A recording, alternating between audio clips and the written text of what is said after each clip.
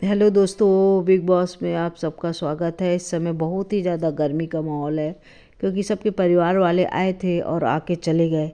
Weekend के वार पे करण जौहर आए थे, उन्होंने ईशा की क्लास ली, अच्छे से ली, क्योंकि बिग बॉस में ईशा सबसे छोटी है पर काम बहुत बड़े बड़े करती है। हर मसले में वो पड़ जाती है, और चाहे वो मुनव्वर का हो या आशा का हो, हर एक की बात क्यों ना हो। करण जौहर बोले ईशा पहले तो अपना को संभाल लो, बाद में दूसरों को देखना। तुम भी तो दो दो लोगों को यूज कर रही हो। ईशा, तुम कितना झूठ बोली हो कि अभिषेक ने अपने घर में टीवी तोड़ दिया था, उसके पापा ने उसको थप्पड़ मारा। इस तरह ईशा कोई जवाब नहीं निकला। ईशा सिर्फ सुनती रही और करण जौहर को जवाब नहीं दे पाई। करण जौहर ने कहा अभिषेक ने तुमको 31 को बोली हो कि थप्पड़ मारा था।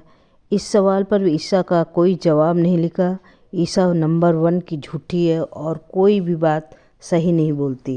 तो दोस्तों, मेरे चैनल में अगर आप नए आए हैं तो प्लीज़ सब्सक्राइब कर दीजिएगा, बेल आइकन को ज़रूर दबा दीजिएगा और घंटे को भी टच कर लीजिएगा।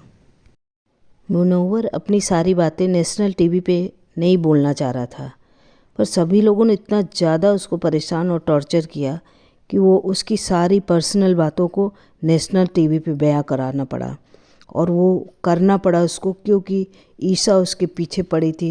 मुनव्वर बोलना बोलना क्या हुआ, इस तरह उनको बोलना। दोस्तों, अंकिता लोखंडे की जब सास बिग बॉस में आई, हाउस में आई थी, तो उन्होंने अंकिता के बारे में जो कुछ बताया, उस टॉपिक पर भी करण जौहर ने विक्की भैया की क्लास ली।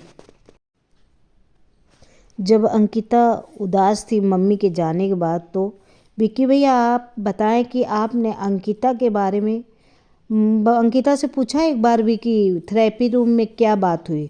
अंकिता इसी से दुखी रहती है कि विक्की सभी का ध्यान रखता है, अंकिता को तो इग्नोर करता है और बोलता है तुम बहुत ही चिड़चिड़ी औरत हो।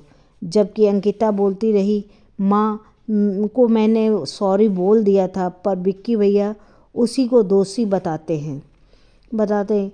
बोले तुम मुझे चप्पल से मारी, पैर से मारी, ये सब दिख रहा है। तुम कभी माँ के साथ नहीं रही, नहीं, माँ नहीं जानती कि तुम ऐसी इस तरह के सारे इल्ज़ाम अंकिता पे लगाते रहे।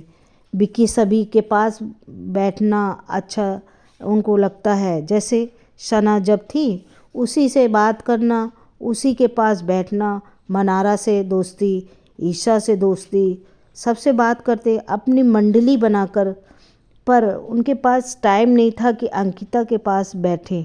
जब अंकिता बोलती तो बोलते गेम खेल रहा हूँ, तुम नहीं समझती हो। फिर अंकिता के सास ने जो कहा वो गलत, अपने बेटे को कुछ नहीं बोली, सिर्फ अंकिता को ही समझाया। विक्की ने अंकिता से सॉरी बोला, पर फिर वही काम करते रहते जो पहले करते थे। उधर उसकी मम्मी ने समझाया कि बेटा मेरे लिए दोनों बच्चे बराबर हैं, और इस तरह से अंकिता बहुत परेशान रहने लगी।